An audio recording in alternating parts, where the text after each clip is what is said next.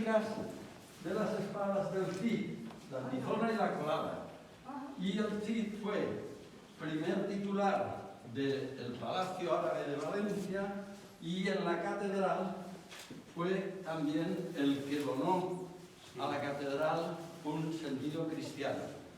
Don José tome la palabra y me preguntan si son la misma cosa. ¿Vinagre usted?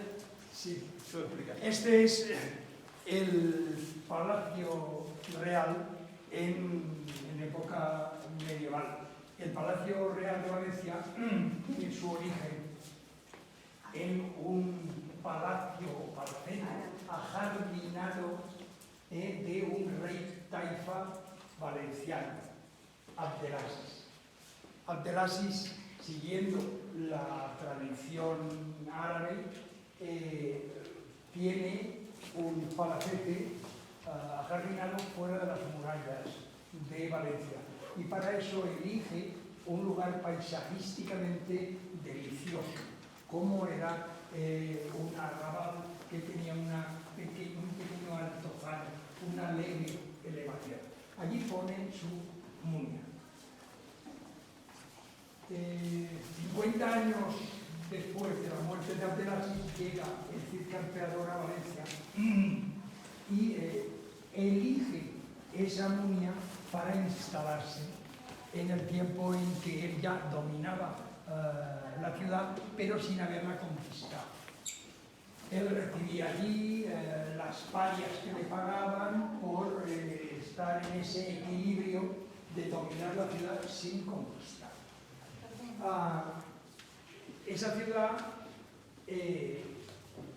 tenía un especial interés por aquella casa de Abdelaziz, porque había sido muy nombrada en todo el orbe coránico y había sido cantada por los mejores poetas.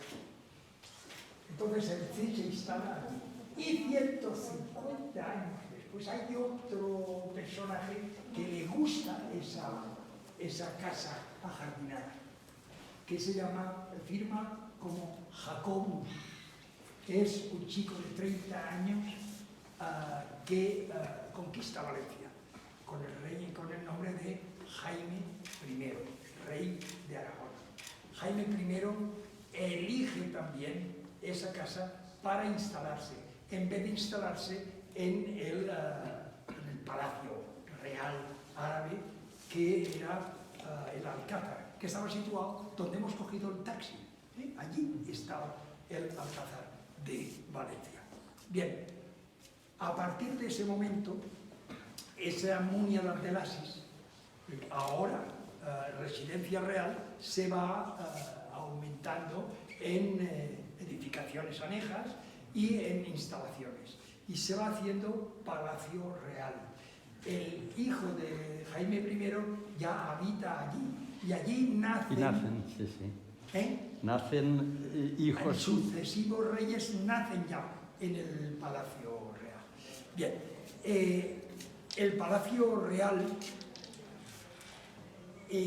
dura hasta que las tropas castellanas en el siglo XIV invaden Valencia y la someten a sitio a la ciudad en 2 ocasiones.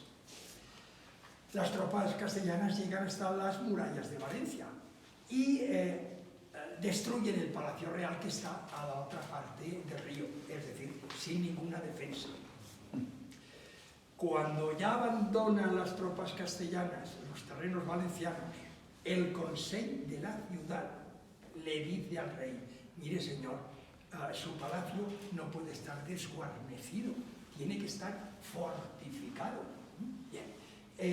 Y entonces, entre el Consell y el Patrimonio Real, reconstruyen el Palacio Real, le generan un foso y le crean unas torres y lo convierten en un castillo. Bien. Pero después, en el siglo XV, otro rey, Alfonso el Magnánimo, quiere engrandar engrandecer el palacio y convertirlo en una sede real, pues como las que existen, como las que existen en las cortes europeas, sobre todo en las italianas. Y entonces crea otro cuerpo del palacio, real bell y real no, correcto, con una serie de capillas y una serie de elementos anejos.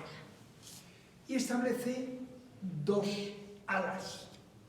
La torre de la reina, con el ala de todo el servicio de séquito, la reina, su séquito, la capilla, etc.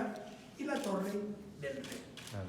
Esto lo podemos ver actualmente en los jardines del Real. Nunca deben llamarlos viveros.